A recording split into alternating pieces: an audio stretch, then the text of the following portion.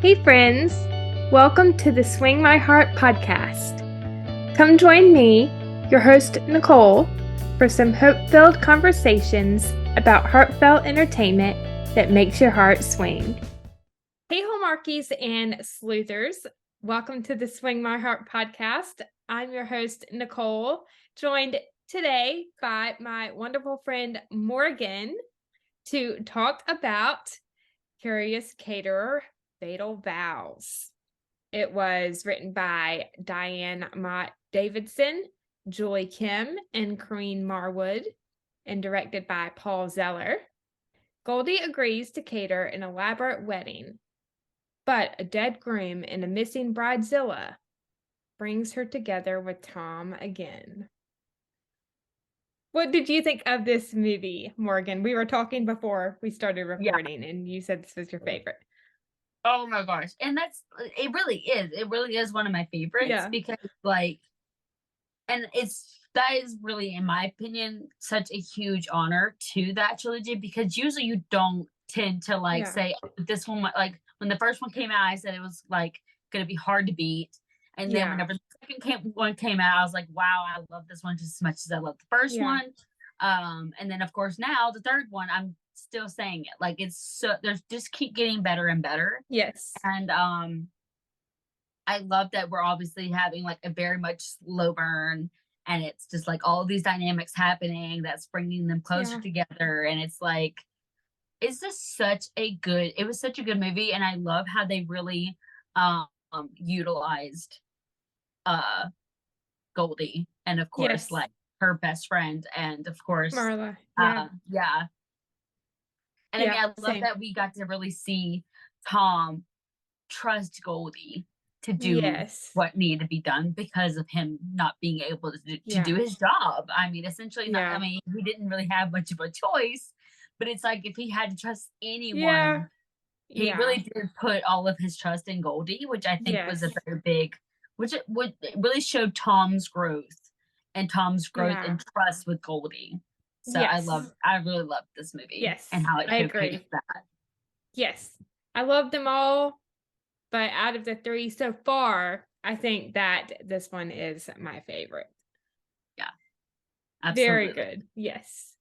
I can't remember. I want to say you probably sent it to us in the group chat whenever the movie, either like after the movie had premiered or something like that, or I might have seen it from or you might have sent it to me privately. I don't know, but I remember somebody tweeted and said, how on earth did Tom and Jessamine almost get married? Like, didn't they get married? They actually, they're it was me. It was in the grilling season review. Okay, I was like, how in the world did Tom and Jessamine ever have a relationship, much less an actual engagement and then a wedding and marriage and the whole 9 yards? Like, the two of them cannot be more opposite.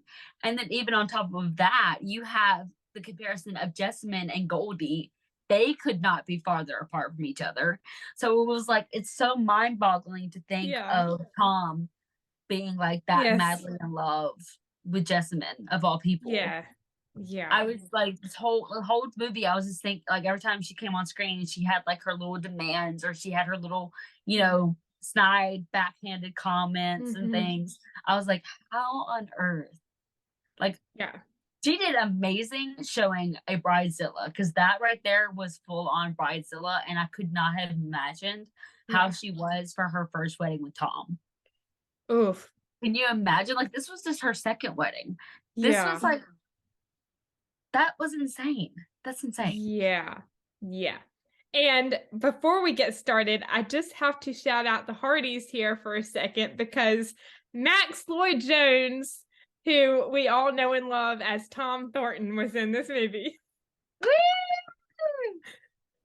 We got 2 When Calls the Heart alumni in the movie. We've got who is Andrew Walker. Oh yes, that's right. Of course. Yeah. Yes. So we got Billy Hamilton and Tom Thornton in the same movie together. I wonder what would have happened if they would have crossed paths. Ooh, I don't know because I mean, didn't like Tom have like a little bit of a rebellious streak to him? A little bit, yeah, in So I season kind of 2. wonder, like, would they be friends or foes? I don't know. Who knows? I guess it depends on if Jack was around. If Jack was around, I feel like Jack would be like, "Don't even think about it," and Don't like even. that would be the end of it. But if Jack Don't wasn't even go around, there. I wouldn't put it past Tom for having a little bit of an interest in Billy, like and being like, "Ooh, I wanna see what I can like what trouble I can get in. Like how much Yeah. money could I get myself in?" Like Yeah. yeah, I think season 2 Tom Thornton would be like that. Season 5 yeah, Tom Thornton, no. no. But I think it's because Julie changed him so much Yes, that's right. for sure. Yes. But back to Curious Caterer, why don't we just talk about the suspects and clues? Dun, dun, I dun, will dun. say, like, they did really good with this movie, just like they did in the first one, where it was really Yeah. hard to figure out who it was. Yeah. Whereas in the second one, it really wasn't that hard to figure out who was the murderer in the second one. No. But the first one, oh my gosh, I was so stumped. And this one, I was too. Yeah. Because they really did pull some twists and turns. Yeah. Yes. So we see that Sterling was found dead, leaning over a fountain in the front room or lobby of the Heritage House the day of the wedding. There is blunt force trauma to his right temporal region. According to the coroner, his estimated time of death is within the last few hours. And Tom found a rash on Sterling's right hand, but not his left, which we will find out more about in just a little bit. And even like, yeah, even the evidence, like yeah, the blunt force trauma, the rash, all of these different things that they were figuring out just based off of Sterling's body and like autopsy was even kind of throwing people off because it's like, how do you get a rash just on that part of your hand? And only on that hand. Yes. You know, and of course later on we find out why and it was perfect. But yeah, like obviously in you know, there were so many different things that people were thinking of as far as like what the murder weapon was. And of course, like who done it. Yeah, and I mean it was almost like the first one. There were so many people, there were so many suspects in this one because like Sterling really made some enemies out of these people. And if it wasn't Sterling who made the enemies, it was Jessamine. Yep, exactly. And the scene when Tom and Mason are questioning everyone, it's like everyone was contradicting each other. I know, like at least they knew that they didn't join up together and make up a fake alibi for one another and stuff like that. Because like I'm telling you, like that was a train wreck. Yeah. Like one said that everyone loves Sterling. Another person said everybody hates Sterling. Which Goldie over here was just like Goldie was just over here like I was in the kitchen. Like I like Sterling. Nothing. And then two people were saying two different things about Sterling's mood. One was saying he was in a good mood. Another was saying he was not in a good mood. Right. And then of course, like people had different I think times from the last time they saw Sterling. Some were saying he was in a good mood. He was obviously a drunk a little bit, but he wasn't in like a bad drunk mood. And then of course, you know, the other one was saying like, oh, he was in a horrible mood. And then of course you got one of the suspects, which was I think Chester. He had a black eye. Yes. And like Tom was like, oh, where'd you get the black eye? And he's like, oh, I think his first excuse was that he fell and hit his eye right on the doorknob or something like that. And I think he told Goldie. I think he later on he switched his story around and told Goldie it was from a basketball game. Yeah, it was from a basketball game with the Hoops for Teens. Yeah, Hoops Foundation. For Teens. Yeah. And we can talk a little bit more about that later, but Sterling's cell phone was found 100 yards from the Heritage House, and Jessamyn's purse, key fob, and car keys are at her hotel room with signs of a struggle. So, of course, Jessamyn is missing too, and no one knows where she is. That was a shocker because I wasn't expecting that. Yeah. I wasn't expecting her to go missing as well. Like, obviously, we saw the montage of her, like, running. Time jump. And her, after like that. the time jump and everything, where you see her running through to the barn. field, and into the barn and all this kind of stuff like that. And then, of course, she thinks that she's alone. She's finally gotten herself into safety, and we see someone like smacking her in the back of the head with something. So I was not expecting that at all. I was expecting it to just be another like murder thing. I wasn't expecting anyone to get kidnapped, which, I mean, it would make sense if someone was trying to cover up a murder to obviously get rid of the wife or the fiance was soon to be wife. Yes. This line from Mason really made me laugh when he is in Jessamyn's hotel room with Tom, and they're looking at everything, trying to find any clues. And of course, the room is completely a mess. And Mason's just over there looking at the bed, and he says, "How do they fold a towel to look like a swan? It doesn't make sense." Right. And Tom's just like, Mason. Funny that out of all of that destruction, that swan was kept safe. Nobody touched the swan. But they all struggled, which we know why later on, why it got trashed and everything. Yeah. But still, I just find that the swan was really funny to see that it was still like very much intact. Yeah. Tom was like, "Mason, it's time to get back to work." It's not a robbery because money and the credit cards are intact. She didn't skip town because she'd never leave her Chanel purse behind. And there is a candle holder missing, and her clothes are there, but her suitcase is not. And a little bit later on, Mason finds the missing candle holder in the dumpster with blood and hair, which we find out later does belong to Jessamyn. Tom helping Mason in the dumpster, his feet in Tom's face. Like, Mason should have known that Tom was not about to jump in that dumpster. He should have known that it was going to be his job. He was the rookie. He was the one that was still trying to climb the ladder of training. So that he really should have known, like, I'm going to get in that dumpster. He's going to put me in that dumpster.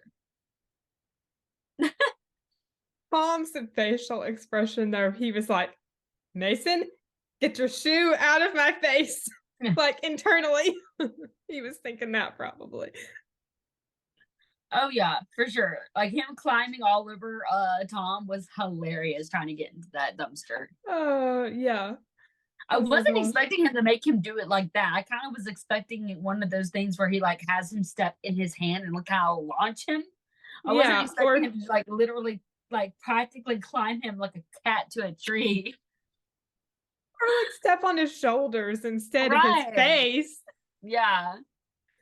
There was definitely way more ways of executing that, but of course you have to take into consideration that Mason definitely is clumsy. He's not very, hand-eye coordinated, that whole thing. Yeah. Okay. We talked a little bit about this a few minutes ago when we were starting the episode, but Tom was taken off the case due to a conflict of interest and put on desk duty, and Detective Track was put on the case. Blech! That, although he's really good looking. I do think that I expected whenever we obviously read the synopsis, whenever it first kind of came out, one of the synopsis that they used was that, what happens when Tom becomes a person of interest in the murder of his ex-wife's soon-to-be husband and everything. I kind of figured, like, obviously, if he's a person of interest, they're going to have another detective be. So, I don't know. I wasn't really expecting him to be a detective that didn't play by the rules. I kind of more, but then again, Tom is such a stickler for the rules. Yeah. Except for when it comes to Goldie. I mean, he tries, but let's face it, Goldie is definitely not one of these people that you're gonna get to stay in her lane. Yes. She's definitely not gonna stay in her lane. But I thought that it was nice that instead of the main lead, like Tom's character being the one that's so like not playing by the rules, not doing everything by the book, to be up against a detective who isn't much of a stickler for the rules was really interesting. I like that dynamic between the two of them.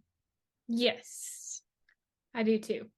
And then of course Mason's reaction, because he's just like looking in between them and he's just like, what do I do? Like, do I actually follow this guy's directions or do I follow yours? Yeah. Like, I know you're not on the case anymore, but you're still my boss. Whenever this case is through, I'm going to be coming back to being your partner. And I don't want you coming back at me for not like doing what you told me to do. Mason was definitely put in a little bit of a pickle with that situation. Yeah. And I'll mention a little bit of the dialogue later because that dialogue was hilarious. Oh, yeah. It was. Yeah. So Marla overhears a conversation from two women about the autopsy while at work. Sterling had a swollen tongue and contact dermatitis on his hand, but no food in his stomach. I think I knew right then it was some kind of allergic reaction. Yeah, whenever you hear the words tongue swelling and dermatitis and things like that, it's definitely like a classic allergic reaction. Yeah. The food in the stomach really didn't throw me off, I guess, because I'm more aware of physical like signs of allergies that you can get just from skin contact or even just like something like if you light a candle, someone will start like coughing, they'll start sneezing and wheezing, they'll get like a rash on, you hear people kind of breaking out in a rash. Like they talked about him having on his hand whenever they have contact, like physical contact, like, which we find out later on, of course, what caused it. And that is definitely a classic allergic reaction type situation is like,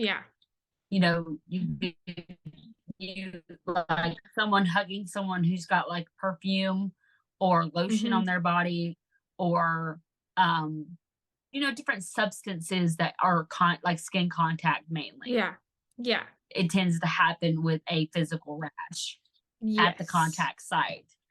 But of course, when you're not, my mom's a nurse, so like I'm constantly hearing about things like in situations and like things like that. So it's easier for me to automatically think, oh, it's probably just a skin reaction to something he's touched. It's not necessarily it has to be a food allergy. Yeah. But of course, like being like a more cooking based mystery, they're gonna think, oh, food. Like it's weird that he didn't have any food in his system, but yet he's having an allergic reaction that is causing tongue swelling. Yes, exactly. We see later during a grounds search that Katie and Goldie participated in a book called Never Love Again, and Katie lent that book to Jessamine, who, of course, was reading it, and they also found her phone. I found it really weird that the book was like basically in mint condition, and I think Jessamine's phone was still even working, and just based off of how they were dressed, how it looked, like they kind of made it look very moody and like it was about to rain and foggy kind of a scenario based on how the woods looked. I just kind of found it weird that within the time frame the book and the phone were practically, they were fine. They didn't have any signs of water damage, any signs of dirt from it being dropped to the ground. Like it was like No. perfectly placed in their specific areas. And so Yeah. that definitely tipped me off because I was like, okay, that's weird. Yeah, I was like, Like, I wonder who yeah. planted that there. Right. Like it was definitely planted for sure. Yes. Yeah. Yeah.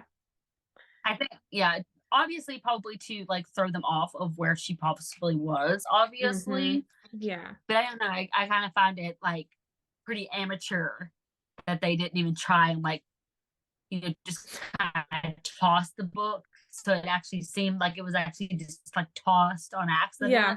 Yeah. No, it was just like laid perfectly on the ground.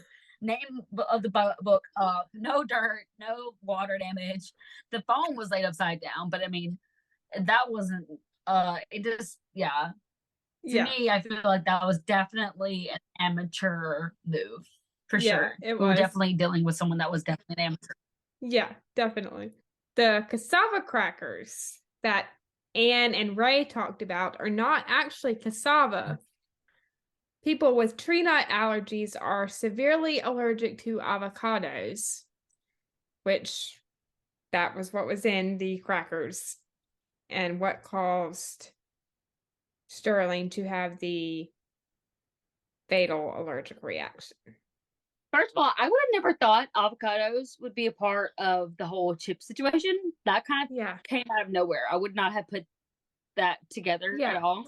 But at the same time, it kind of makes sense for him to be all of a sudden allergic, like avocados to be a part of that allergic reaction because, I have friends who are allergic to things such as shrimp, other seafoods, but they're not allergic to crawfish because crawfish comes from literally like ditches and swampland. Like it's not a Gulf seafood.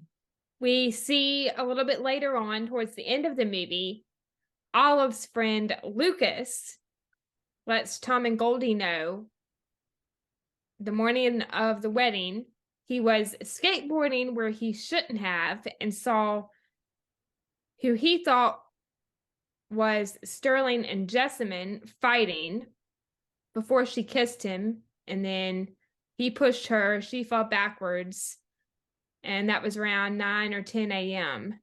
And then Tom and Goldie go to the scene of the fight, and they're kind of reenacting the whole thing, and they find a set of rental car keys. But Tom is like, Jessamine would never rent a car. She's always chauffeured.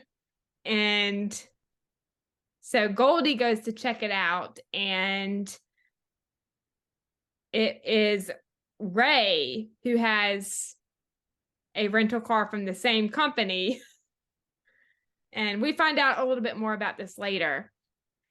And Goldie also sees mud on the tires of Ray's rental car.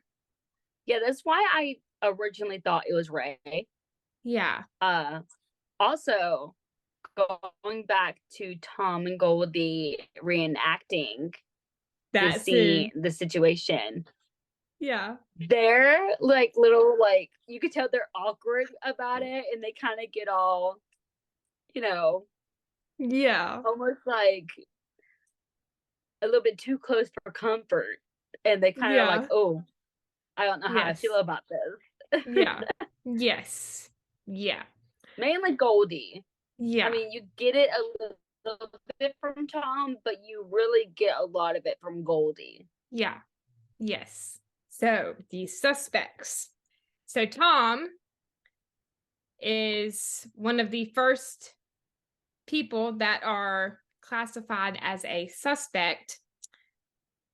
And Detective Track and Mason go to Goldie's house where Tom is and arrest him because of DNA found on Sterling's shoe and the fact he is the beneficiary of Jessamine's life insurance policy.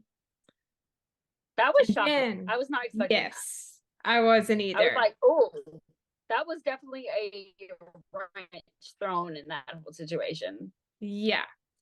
And he's in the interrogation room with Track and Mason. Jess called him the morning she disappeared at 10:03. She left a voicemail. He called back, but she didn't answer. I love when Tom defended himself in this scene. I really love how Tom really pressed his buttons, the other detective's Yes. buttons, and was just like practically mocking him. Like, dude, you know you have nothing on me. So just stop. just quit. Yeah. We get to the next suspect, Anne, and she's very quickly exonerated. Goldie found her name on the land registry records around the time of the scam, which we'll talk about in a second. And she lost her house because of Sterling's family. While looking at wedding photos, Tom and Goldie find her in the background of one of the photos slapping Sterling. She was mad because he was going to call off the wedding, but she wouldn't let that happen. My thing with the whole situation of her being angry at Sterling wanting to call off the wedding and all this kind of stuff like that, like very classic mother of the bride reaction. Yeah. But to then find out that she was a part of the scam, that she also got a lot of ruin from Sterling's family. Like, that really does, that would definitely perk my interest in being like, okay, yeah, she could definitely be a good suspect. But at the same time, why would she kill Sterling when she wanted her and just like, why she wouldn't kill him after just trying to convince him not to call the wedding off? Yeah, exactly. Yeah. Chester. He was a suspect in the last movie. I know. I was gonna say, like, this poor guy can't catch a break. He's constantly gonna keep being like this big like suspect in all of these murders. Watch the next one; he's gonna be another suspect. Oh, yep. So he had a disagreement with Sterling at the rehearsal dinner about Whitetail Realty. Sterling believed he was poaching Jessamyn's high-end clients, and of course Sterling was not happy. He was like, I'm on to you, and soon Jessamyn will be too. Of course, we already talked about the black eye. And this is when Goldie kind of puts the pieces together that something is not adding up, because he mentions the Hoops for Teens Foundation, which Hunter said was kind of put on the back burner over the past 2 weeks. But Chester was like, no. And like whenever she really got called out, he was like, look, I've got to get back to work. And pretty much shuts her down. Yes. Yep. Yeah. Which I feel like is a classic move when you are not a police officer. They can do that. Yes. Another clue for him is the fact that if Jess was out of the picture, he would get sole possession of Whitetail Realty. And according to Hunter, in his talk with Goldie, he saw Chester and Sterling having a fight in the parking lot. Hence the black eye. Wasn't the last murder, wasn't the reason why Chester was a suspect was because of him wanting to get, like, it was something to do with the company as well? I think so, yeah. Yeah, so like the dude just like he needs to watch he really needs to stay on top of his P's and Q's and like start doing things properly so he can stop being a suspect. Yes. Yep. Ray. What did you think about Ray?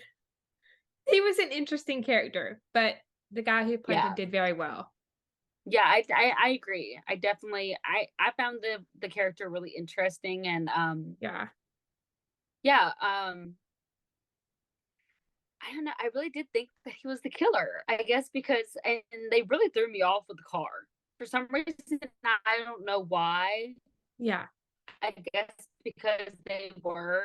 I mean, I didn't. For some reason, I didn't think that they would both just share a rental car. But then again, it does make sense Mm-hmm. because they're both in the wedding, both going to be at the same parties and stuff. Yeah. Um, I really just didn't think about the actual person who's a killer. Spoiler alert. Mm-hmm.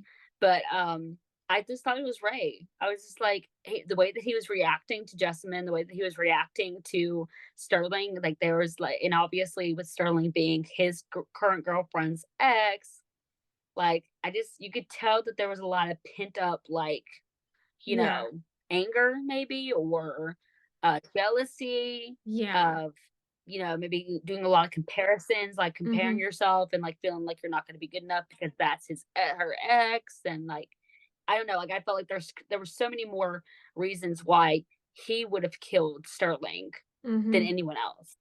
Yeah.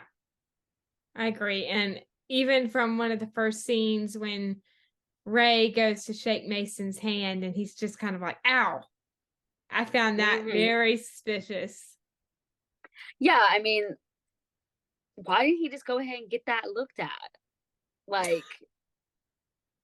why did he wait so long to get his hand looked at? I don't And know. why did he have it wrapped up the way he did for the movie? Like, I was kind of thinking, like, that is not a cast. That is like bare. That's like what you do whenever you have like a small fracture. But even Yeah. then, it's definitely wrapped a whole lot better than that. Yeah. Yeah. Again, I'm a nurse's daughter, so Yeah. And speaking of Ray having his hand checked out, on Saturday afternoon, he went to talk to Richard at his office, and his hand was broken and gave a lame excuse on how it happened. And Goldie found the file when Richard leaves. I love how Richard just kind of like unintentionally. I find it hilarious that Goldie is resorting to bribery with sweets. First, she goes after Mason with the muffins or cupcakes. Then she, Snickerdoodle muffins, yeah. yeah, And then the eclairs. that's yeah, Oh that my was god. hilarious. Yeah. I mean, it's a good tragedy. It's a good strategy. Yes. Yep.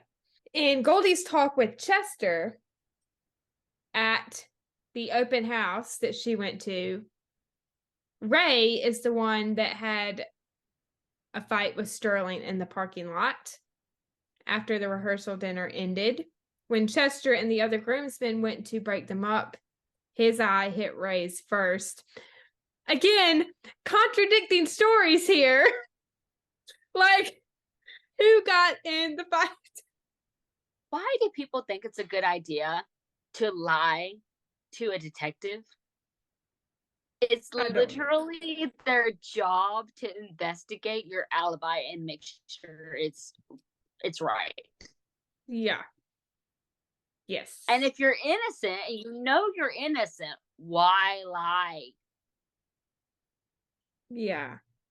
Yes. I mean, just because you fought in the parking lot doesn't mean you killed him.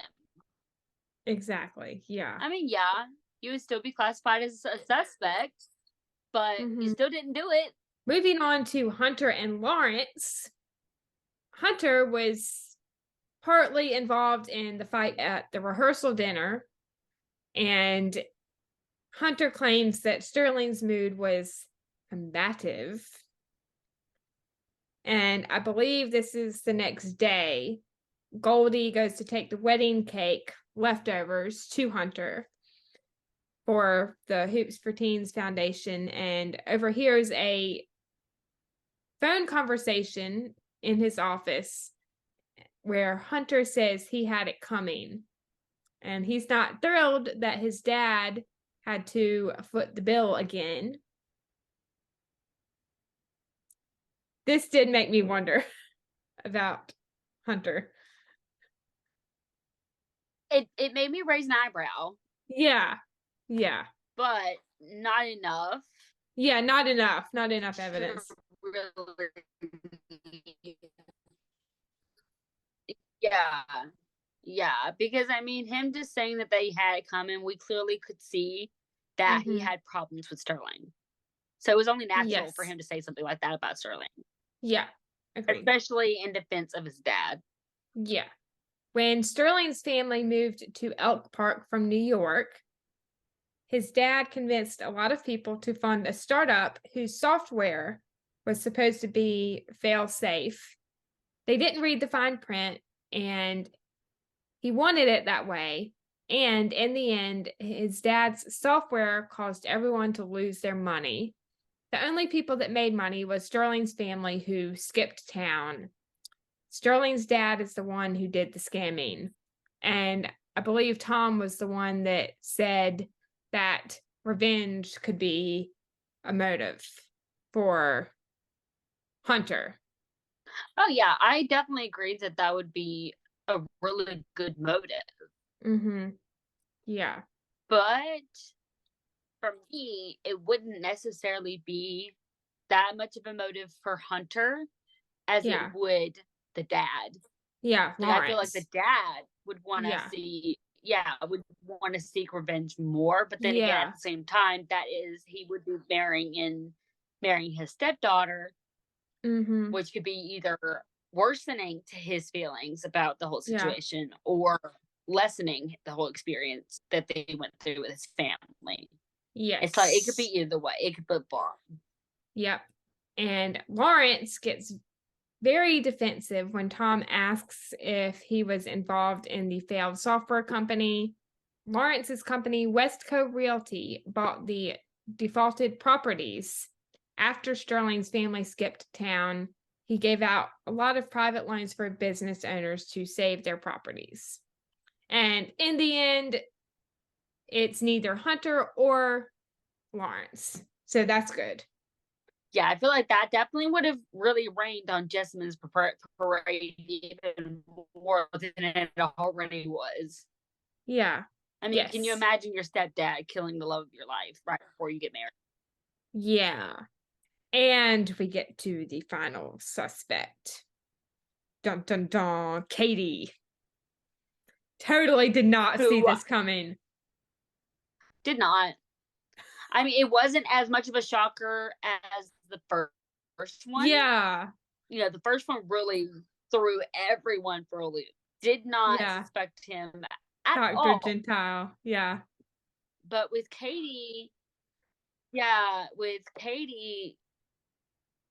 it was shocking, but at the same time not shocking given all the givens.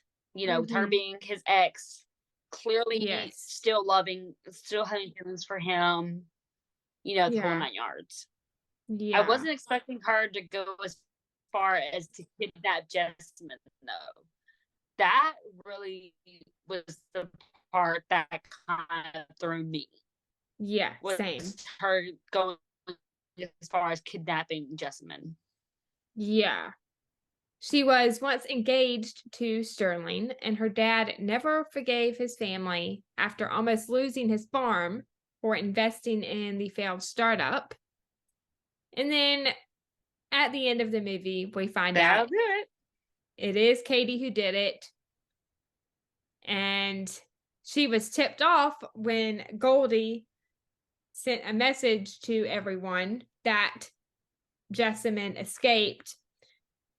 So while everyone else is at the hotel waiting for Jess, Katie goes to the farm just to see if she escaped and finds Goldie in a replica wedding dress. That scene was brilliantly done. It really was, because I honestly thought that was actually Jessamyn. I did not think that was Goldie. I did too. Yeah. Oh my gosh. We find out that it was actually Katie who was kissing and arguing with Sterling before the wedding after eating avocado crackers. She lost her keys, which is why Ray was charged with an extra set. And she's still been in love with Sterling all this time, and she thought he wanted her back. She then had a fight with Jessamine when she said she was going to tell Ray, and she hit Jess with the candle holder, then kidnapped her, and I think put her in the suitcase, and then planted the phone in the book. Yeah, I have to say, Kay did a pretty bang up job covering her own tracks. Yeah. Obviously, she made amateur mistakes, but I mean, she's not exactly a skilled, trained murderer. Like, she's not a big serial killer on the loose. Yeah. So that was definitely realistic. Yeah. But yeah, I mean, it's crazy that on top of killing him, like, obviously it wasn't intentional, right? Like, I can't remember if it was, like, it wasn't an intentional killing. No, I don't think she intentionally did it. I didn't think it was. Yeah, because, like, he just started having the allergic reaction, couldn't breathe, and fell into the fountain. So the blunt force trauma didn't come from him actually getting, like, hit over the head or anything, like they thought. Yeah. So she didn't mean to kill him, but she obviously meant it when she kidnapped Jessamine. I think she was the maid of honor. Yeah. That's insane. Can you imagine if you're maid of honor killing your future husband and then kidnapping you and stuffing you in a barn? Like, that's insane. I think that's what they call a crime of passion. Oh, yeah. Woo. And that pretty much wraps up these suspects and clues. Do we want to talk about some of the scenes that we enjoyed and made us laugh? Oh, yeah, absolutely. Okay, so the first one right off the bat, Goldie and Marla seeing Katie and then meeting Ray, and Katie's like, these are my old high school friends, and Marla's like, minus the old part. Leave it to Marla to make sure that, that part was made sure to be, made aware of. Yeah. And then Marla to Goldie, she's like, don't you hate being single at these things? And Goldie's like, you'll always be my plus one. They're so, like, their friendship is so sweet. Yes, it is. Also, like, speaking of Marla, like, her and Detective. Yeah, I was going to get to that in a second, but before I get to that, Olive's reaction to Goldie watching Tom with Jessamine, Olive is like, take a picture, Mom, it'll last longer. And Goldie's like, what? No, see, I was, you see back there, I was just trying to make sure the waiter was, doing the thing. Classic awkward mom moment. Before that, it is Goldie kind of doing some matchmaking for her daughter when she saw the boy across the room and she's like, who's that? He's cute. And Olive's like, Mom, stop. And classic embarrassing your child moment from Goldie. Yeah. She's like, Mom, you're embarrassing me. I would love to have a mom like Goldie, though. Like, she is such a good mom. Like, yes, she is. The amount of times that child, Goldie had to get that child's backpack.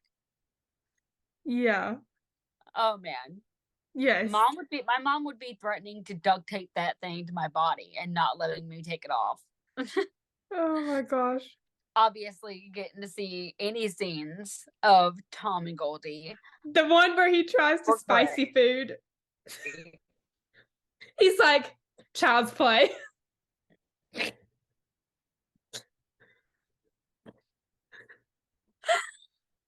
Oh, man. I love how he can just, like, walk into the bag and, like, try her food. And just, like, nonchalantly just walk in, and just like, whereas everybody else would be like, get out of my kitchen. Yeah.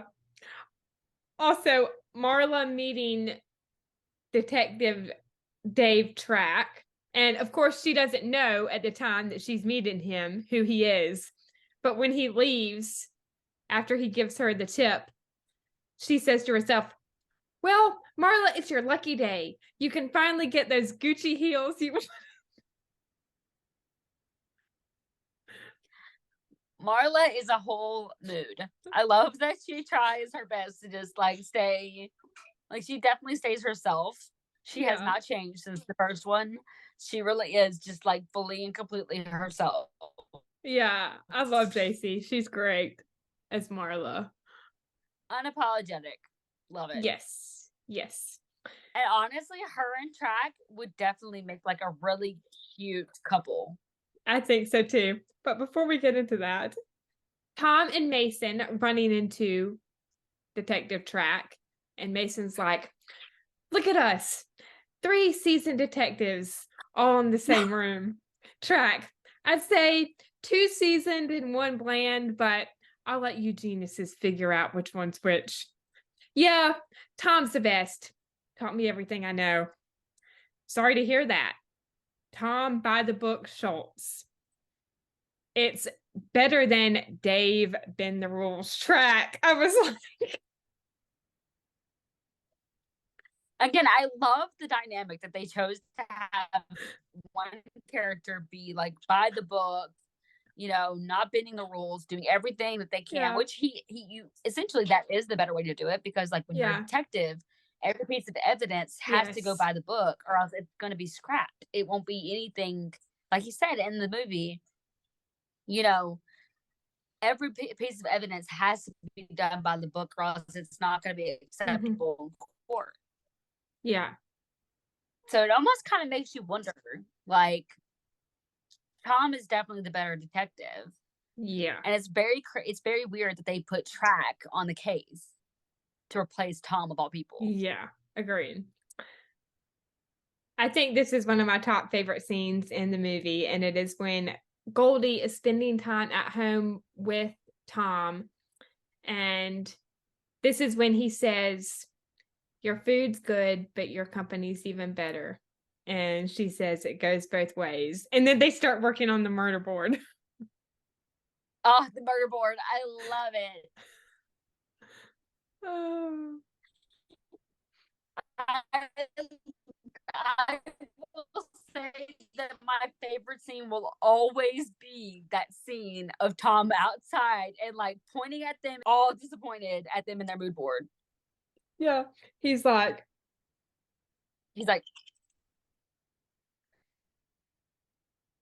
so mad. So bad. Yeah. Yeah. Oh my goodness. But no, Tom in the apron trying to cook Goldie's food for her while she goes and seeks out Ray and tries to question Ray. That was hilarious.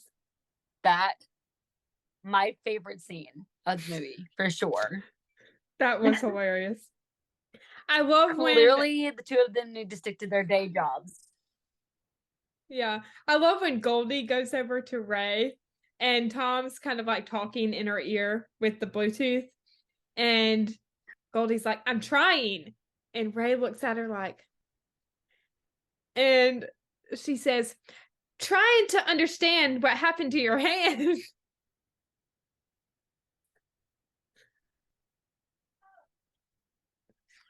I'm not gonna lie. If I had someone in my ear like yelling at me, I would be like ready to like just scoop that thing out of my ear and like chuck it into traffic. I'd be like so done with Tom. I'd be like, no, I'm going rogue. Yeah. And I think after that, she's like, just don't burn my pastry, Schultz. And I'm pretty sure they were ruined. Yeah. And they talk about it after, which that was a funny scene too. Yeah, it really was. Yeah.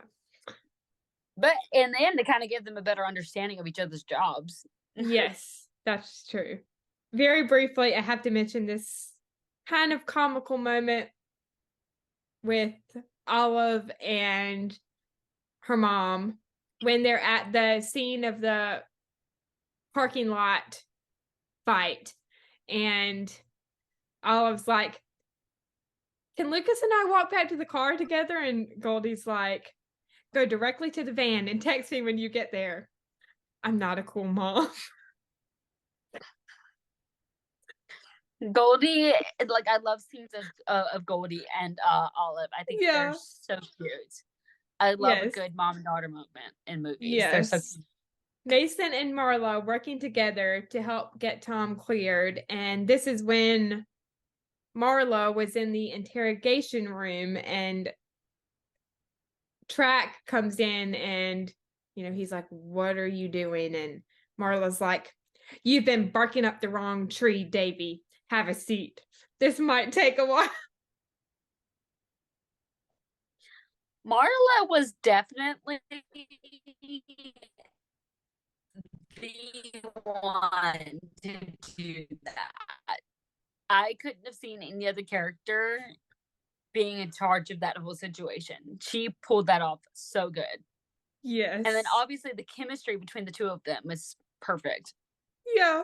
Yes. Marla and Detective Track bantering back and forth about the hamburger.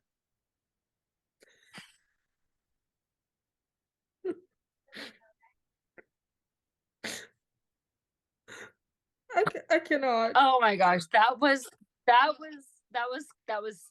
very, very comical. I definitely liked that one. That scene was really good. Yes.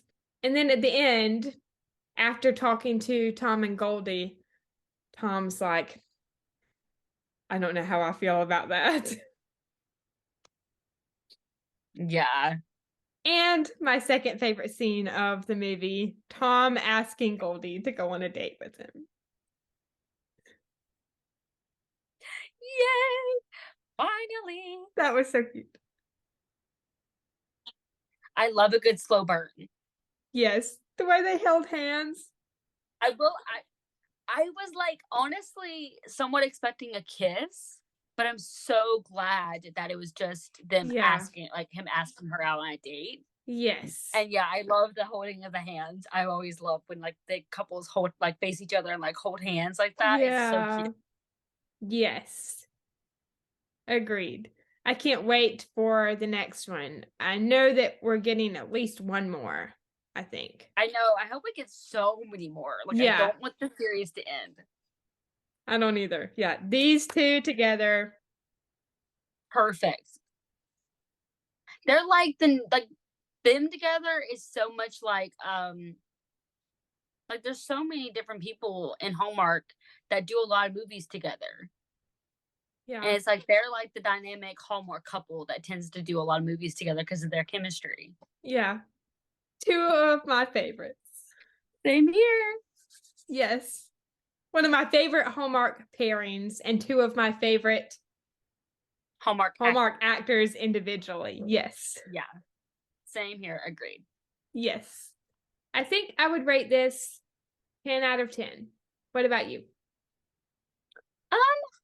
I think I would, the only reason why I would rate it a 9 out of 10 instead of a full 10 out of 10 was just because, like, I understand it's like a slow burn. Yeah. And they don't want to give us too much. But, like, I really would have loved to have seen more of them. You know, I really enjoyed seeing Goldie take the reins this time. Yeah. And be like the detective. But I would have liked more scenes because I obviously love scenes where they're working as a team, which we definitely also got more of. But it's like I just wanted more. Yeah, same. Maybe that's just like get what you're saying. A selfish, like maybe it's a selfish thing. Yeah. But yeah. Yes. Outside of that, of course, 10 out of 10 for everything else. Yeah. Hopefully in the next movie we'll get to see Tom and Goldie actually go on a date. That'd be so good. Yeah. I wonder when the next one is going to come out. Hopefully sometime next year. Hopefully soon. Probably around the same time this year, but next year. Yeah. maybe sooner. I would like Yeah. it to be sooner. I would like it to be sooner as well. Yeah, that would be great. I just would like to say a little disclaimer to those listening and watching. Unfortunately, my technology has not been willing to work very properly during this whole, review of the movie. To say the least, it has been definitely a very rough one this time around. Yeah. So apologies if there's any sound problems or image problems. And we hope you guys really enjoyed this review. Yes. All right, Hallmarkies and Sleuthers, I think that wraps up our review of Curious Caterer, Fatal Vows. If you enjoyed this episode, you can like this video and share your thoughts on the movie and comments. If you want to stay up to date on all of my episodes, you can subscribe to this channel and make sure to turn on the bell so you are alerted when new episodes come. Thank you so much for listening. We hope you have a great day or night wherever you are in the world, and we will see you next time. We love y'all. Bye. Bye.